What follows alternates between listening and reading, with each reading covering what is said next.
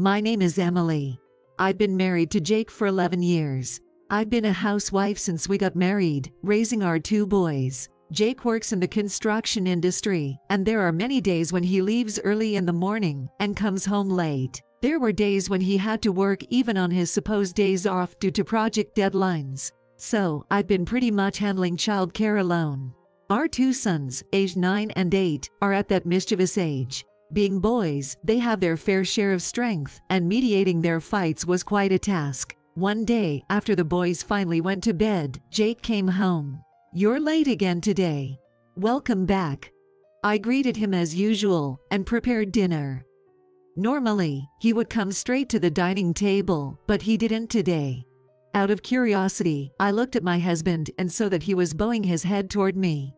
Seeing that, I had a bad feeling, but I tried to remain calm and asked, "What's wrong all of a sudden?" My husband looked down without lifting his head and said, "I am so sorry, Emily. I am really sorry. My affair partner got pregnant, so please divorce me." My bad feelings seemed to be right after all. I had noticed some odd behavior from Jake lately and had suspected infidelity. But I never imagined his affair partner would be pregnant. Surprised by this, I replied, "You can't just say that out of the blue. What are you going to do about our sons? They are still in elementary school. How am I supposed to explain to them?" And waited for my husband's response, but he just looked down without saying anything. I tried talking to him more, but he didn't budge or say anything. Realizing it was pointless, I decided it was late and told him we should talk tomorrow before going to bed. And the next day. It was a holiday, and the kids were off from school. After confirming that the kids had gone out to play, I approached Jake. "About yesterday. You got another woman pregnant, which means you were cheating, right? I'm really sorry. I know I've done wrong. But now that she's pregnant, I have to marry her. I know you're a strong woman, and I'm sure you'll be fine without me, right? Now you're a housewife, but I'm sure you can raise our sons well while you work. What are you talking about? Do you really think I'm going to agree to a divorce right now? I won't allow you to divorce me, remarry, and be happy on your own." Jake seemed surprised that I refused to agree to a divorce right away. He apologized verbally, but his attitude didn't reflect it, which angered me even more. And what really frustrated me was about our sons. Actually, our eldest son isn't my biological child, he's my sister-in-law's child. My sil got divorced 5 years ago and was raising her child alone. But she pushed him onto me, saying having a child would be a disadvantage in remarriage. At first, I objected, but Jake and my mill didn't get angry with my sil. Instead, they thought it was just right and decided that I should raise him. He was 4 years old at the time and already understood things, remembering his mother well. But when he suddenly learned that I was going to be his mother, he was extremely upset. "You're not my mom. Where did my mom go? Give her back." Cody would insult me every day. Even though he was only 4, he would go to my in-laws' house without permission whenever he got angry. Although my in-laws lived within the same property, just a few tens of seconds away, it wasn't good for him to go without telling me. Every time Cody went to my in-laws' house, I would get scolded by my mother-in-law. And he would laugh happily when he saw that I was scolded. Even in that situation, I treated both boys equally, thinking that they would grow to love me over time. But that wasn't the case, and it seems like Cody still hates me. Gradually, he turned his anger not only toward me, but also toward to Max. "Your mom is a bad person. She made my mom disappear somewhere. There's no way I'm letting a kid of such a person play with my toys." He would take toys away from Max and say things like that. Even though we bought the same things, he would want Max's toys and take them away. In response, Jake wouldn't scold Cody and would just watch TV all the time. In fact, he would selfishly get angry at the kids, saying, "Shut up, can't you see I'm watching TV?" Of course, I understand that he's busy with work, but I've always thought he could take a little more care of the kids. There's no way I can take care of both Cody and Max in this situation. So I confronted my husband about taking only Max as a condition of our divorce. "If we divorce, I'll take only Max with me. Cody is originally your sister's child, right? If we divorce, he won't have anything to do with me. It's not possible. He's very attached to you. And you're going to separate two brothers who are so close. Cody is attached to me. And the boys get along well. Are you serious? Jake seemed clueless about our family dynamics, which was quite frustrating. What had he been seeing to claim that Cody is attached to me? Even if the boys aren't always at odds because of Cody, they still fight every day. With Cody's strength and the inevitable challenges of their teenage years, I doubt I can mediate. Anyway, if we divorce, I'll take Max with me. You can have Cody. We'll offset child support. All right. Jake and I reached an agreement. Now, I just needed to claim compensation from Jake and his affair partner. The next day, as soon as I sent my sons off to school, I decided to consult a lawyer and an investigator. The lawyer assured me we had enough evidence of Jake's affair to claim compensation. Now, we awaited the investigator's report to finalize the compensation amount. Back home, I prepared for divorce while waiting for updates from the investigator. 2 weeks later, the investigator confirmed evidence of the affair, including outings with Jake and the other woman. The investigation was only conducted twice, but evidence was quickly gathered. It seems Cody, Jake, and the affair partner went out together. Cody agreed to let Jake take him in our discussion, but I was shocked he arranged to meet the affair partner without telling me. I had been mistakenly thinking Jake's late nights were just due to overtime recently. Though I had some suspicions, I never imagined he was cheating, even after his confession. However, it helped me gather evidence and put me in a favorable position for divorce. With my lawyer, we decided to send a certified letter to the affair partner. That night, I showed Jake the evidence from the private investigator and the certified letter from the lawyer. There's solid evidence proving your affair. I've sent a letter to your affair partner too. If you're willing to pay alimony and sign, we can divorce immediately. Really? I've been worried if we could really divorce since we talked about it, but why were you gathering evidence when I confessed honestly to you? Because you cheated, Jake. You're responsible for the divorce. Paying alimony is only fair. Jake seemed to think confessing his affair was enough. Pathetic for a grown man. No matter how much I explained, he didn't seem to understand. Feeling it was pointless to explain further, I decided to have the lawyer explain again later. A few days later, while doing housework as usual, I received a call from an unknown number. Thinking it might be Jake's affair partner, I answered, only to find out it was my Sil. Emily, long time no see. I heard from Cody and called. You guys are getting a divorce, right? And Cody will be with you, of course.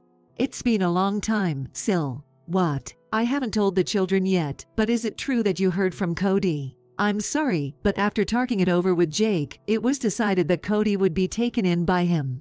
I see. So that's why Cody was crying. Emily, I hate to say this, but isn't that too much? Jake told me about it, and Cody and Max get along well, don't they? And yet, separating them like this. Sil's selfish argument irritated me, but I was more angry at Jake for lying. Sil, you've got it all wrong. Cody and Max fight all the time, so they're not that close. Anyway, if the kids already know about the divorce, I need to explain properly. I'll hang up now. Wait. Sil was about to say something, but I hung up without hesitation. Then, I waited for the kids to come home. Several hours later, when the kids returned, Cody approached me first. Please, let me go with you too. So you knew, huh? But didn't you go out with Jake and his affair partner? You seem to enjoy it. So what's wrong going with Jake? I hate that person. The way she talks is scary, and all her things and clothes smell weird. I feel sick when I'm with her. Is it about her perfume? I've smelled a sweet scent on Jake's clothes before, but I heard it's a colleague from work. Looking back, it was probably the perfume of his affair partner. But Cody, you're often mean to Max and get into fights with him.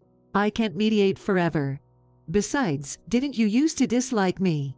Would you rather go with someone you hate, not Jake? Emily, I want to go with you, Mom. I've reflected on what I've done, and I promise to be a good boy. Please. Cody pleaded with tears. It was the first time he called me Mom, which made me happy. Mom, please take Big Brother with us too. We promise to be good kids. Please. With both of my sons saying that, I had no choice but to agree. I was anxious, but we had spent 5 years together, and I had always hoped Cody would call me mom someday, so I was happy. I immediately told the lawyer that I wanted to take both sons. The lawyer's instruction was to discuss child support with Jake, and when Jake came back from work, I talked to him. I decided Cody will come with me after all. What are you saying now? I've already introduced him to her, so it's awkward if you say that. I've told the lawyer about this. It might be a bit late, but Cody also wants to come with me. He's 10 years old, so his wishes should be respected. Anyway, we're meeting with the lawyer the day after tomorrow to discuss everything, including explaining the alimony. Save your questions for then. Make sure you inform your affair partner to come as well. Jake seemed angry about Cody, but without saying anything in particular, our conversation ended. 2 days later, the day of the meeting arrived. We were supposed to go to the same place, but Jake had already left. He must be going to pick up his affair partner. After confirming that Cody and Max had gone out to play, I headed to the office alone. As expected, when I arrived at the lawyer's office, Jake and his affair partner were already there, sitting on the couch like a married couple. It was the first time I had seen the affair partner in person besides in photos, and I was surprised to see that her belly was more swollen than I had imagined. Even though I had heard she was pregnant only about a month ago, she looked like she was due to give birth in another 2 or 3 months. I assumed Jake must have been hiding this from me, but I decided to proceed with the conversation without worrying about it. If you read the certified letter, you will see that I am demanding compensation from both of you for this affair. Also, since I will get custody of our sons, I will also claim child support from Jake. What is a certified letter? What do you mean by alimony? Am I going to get it? I heard you were getting divorced today, so I came here. It seemed like the affair partner hadn't read the certified letter. I had indeed found it a little odd. Despite sending the certified letter, there had been no response, and her attitude today didn't seem like someone who expected to be asked for alimony. You'll be the one paying alimony for your affair, you know. Neither Jake or the affair partner seemed to understand, but after the lawyer explained, they finally seemed to grasp the situation. Now both Jake and the affair partner were starting to panic. It's impossible, I can't pay. I'm pregnant. I quit my job because we were going to get married, and I have no savings. That's right, there's no way we can afford both alimony and child support. I've got it. Since Mia's pregnant, why don't we offset the child support with the expenses for her and the 2 kids, Cody and Max? Was Jake not aware of the absurdity of what he was saying? I hadn't thought they'd be so clueless about divorce and alimony up to this point. Why should child support be offset for a child who isn't mine? That's irrelevant. But if we have to pay both alimony and child support, we won't be able to survive. Mia's about to give birth soon, and we won't have any money to prepare. That's not my concern. Anyway, take responsibility for your affair. The lawyer took out documents regarding alimony and child support and showed to both of them. To ensure that they paid up properly, I had asked the lawyer to prepare a notarized document. Seeing the amount written on the documents, both of them were even more shocked and turned pale. It was understandable since we were asking for an amount higher than the usual price. We can't pay such an amount. If we have to pay this every month, we really won't be able to survive. I thought so. But if you don't agree to alimony and child support, we won't get divorced. It seemed like the affair partner was more desperate than Jake. If we didn't get divorced, she would be the one in the most trouble. It seemed like things were getting worse, but there was another person I had called here. I figured it was about time for that person to arrive. Excuse me. Mom, why are you here? Of course, I had explained everything to Jake's mom about what Jake had done. At first, she had told me to raise Cody on my own, so I thought she was automatically my enemy.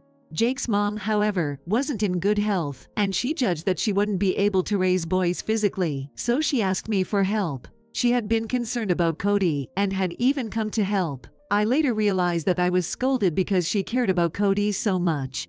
Jake's mom had always been strict, and she disliked dishonesty. Jake had never been able to stand up to her, and he never went through a rebellious phase. So, I asked for her cooperation this time and had her come today.